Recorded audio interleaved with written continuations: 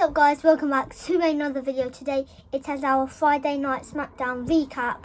Let's talk about it. So, to kick off the show we had Seth freaking Rollins. He came out, delivered a promo talking about Money in the Bank, talking about how he is going to control the WWE.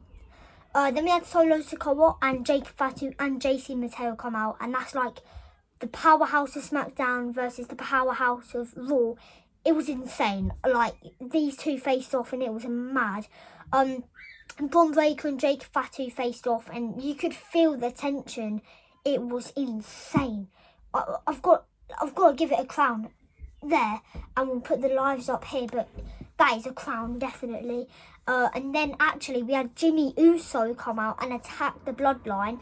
Turns out he had a match against JC Mateo straight after that, so that was cool. A bit disappointed with the result though. I think they should have kept JC Mateo strong, but they actually made Jey Uso beat him by a roll-up pin, but still beat JC Mateo.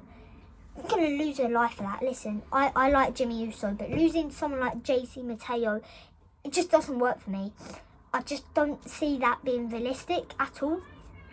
But that's just my personal opinion. So, but yeah, then we had Zelina Vega versus Piper Niven. Now, this match was announced last week, but yeah. And Alba Fire and Chelsea Green interfered with the match, as always. Actually, a really surprising one, Giulia came out to help Zelina Vega. And I thought, this don't look right. Like, there's no way these two are teaming up.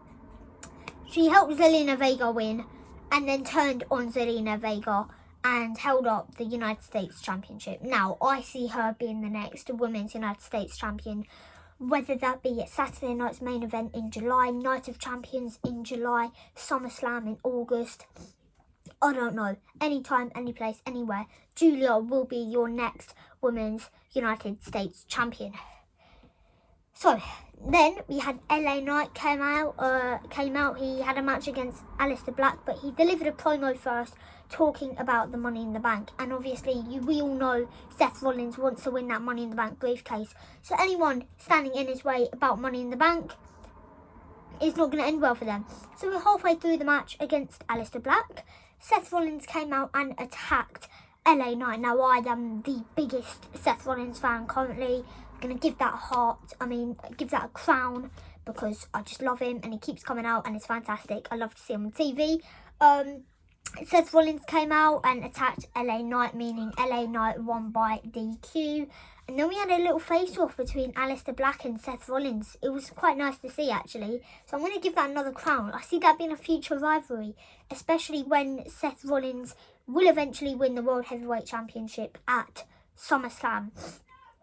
But Braun Breaker speared Aleister Black just after their little face-off, and then Bronson Reed attacked LA Knight. So that kind of ended off that match and that segment. Then we had Tiffany Stratton have a promo. She was talking about Money in the Bank, saying how last year I was this winner and I cashed in, and this year that's going to be the same thing to someone else. It's quite cool seeing her as champion, especially Money in the Bank season. I think she understands the concept of cashing in with Money in the Bank, so it's quite nice to see Tiffany Stratton talking about the winners or the possible winners of Money in the Bank. And then Rhea Ripley came out and did like a promo thing before her 3-woman tag team match. So she was with Alexa Bliss and Stephanie Vaquer versus Naomi and Giulia and Roxanne Perez. That's it. So, yeah, amazing. It was an amazing match, but am I happy with the result? I'm quite happy with it. Rhea Ripley won, but let's go into more detail about it, actually, because it's quite interesting. Bear in mind, the Women's Money in the Bank match is tonight, as of this recording. Halfway through the match, or actually, to be fair, like in the last minute of the match, Naomi wanted to Roxanne Perez was in the match. Naomi went for the tag and jumped out the ring, jumped off the apron and abandoned Roxanne Perez in the middle of the ring. Then Stephanie Vaquer and Alexa Bliss attacked her before Rhea Ripley ended the match with a riptide and pinned Roxanne Perez 1, 2, 3. really interesting to see how it worked out. And I think it something about it just really worked. So I'm going to give it a crown because I think that was very well calculated and very well done. Then actually straight after that we headed backstage. Well, not really backstage, but we headed to the screen, and it was actually Uncle Howdy calling out the tag division, the SmackDown tag division. Then we saw something backstage with Nick Aldis, and we had Street Profits, Motor City Machine Guns, Flaxium and DIY all watching that promo by Uncle Howdy on the screen. And they're now all kind of on the same page trying to take down the Wyatt Six. So, is it a possible, maybe like a 4-way tag team match at Saturday night's main event? Maybe someone from the Street Profits, someone from Flaxium, someone from DIY, and someone from Motor City Machine Guns facing off against Wyatt Six. I'm not entirely sure, but I would be up for that match. I think it's quite cool. So yeah, I'm interested with that. And then we then had our second to last match, which was Andrade and Penta versus the Creed brothers. It was a very interesting match. Chad Gable obviously is going to intervene, but also El Hijo Del Vikingo, who is the AAA Mega Champion, not the World Heavyweight Champion, the Mega Champion, was ringside as well. So he attacked Chad Gable, and it was just left with the Creed brothers and Penta and Andrade. Penta and Andrade obviously winning that match. And then Burn It Down played. I'm going to give it another crown. Come on, Seth. Love the man to bits. And Bronson Reed and Braun Breaker, who I absolutely love as well. They attacked Penta and Andrade. Again, these two are in the Money in the Bank match. So, he's actually eliminated Solo Sikoa. So he's taken out Solo, taken out LA Knight, taken out Penta and Andrade. All that was left was El Grande Americano. But we all know he's Chad Gable, so he let El Hijo Del Vikingo deal with him. And obviously he has a match tonight for the AAA Mega Championship at Worlds Collide. But yeah, it was good to see. And then Paul Heyman did a promo with them all in the ring, and then wrestling, and he has one royal family played. So we're losing a life. And then him and Seth Rollins faced off. That would have been an amazing match at maybe Hell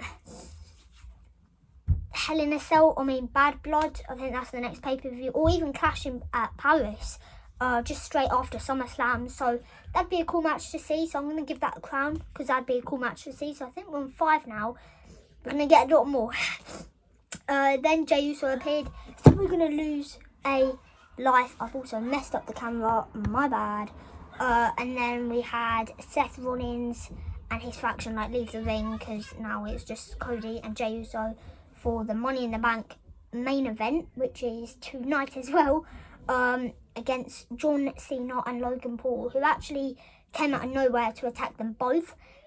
And it's quite annoying actually, because they attacked them both, and I think going into that now they've got the advantage. And we all know when you go into a championship match or any match with the advantage, we always know that they're going to lose. So actually, John Cena and Logan Paul are losing. Well, that's my prediction, but more on that will be in our Money in the Bank prediction, which is being posted later tonight. But that is your SmackDown recap. Oh, actually, never mind. Not over just yet. Losing another life because John Cena and Logan Paul are probably going to lose. But that is my SmackDown recap. Thank you for watching, and I hope you enjoyed the show. I hope you enjoy Money in the Bank. I hope you enjoy Worlds Collide, and I will see you in another video.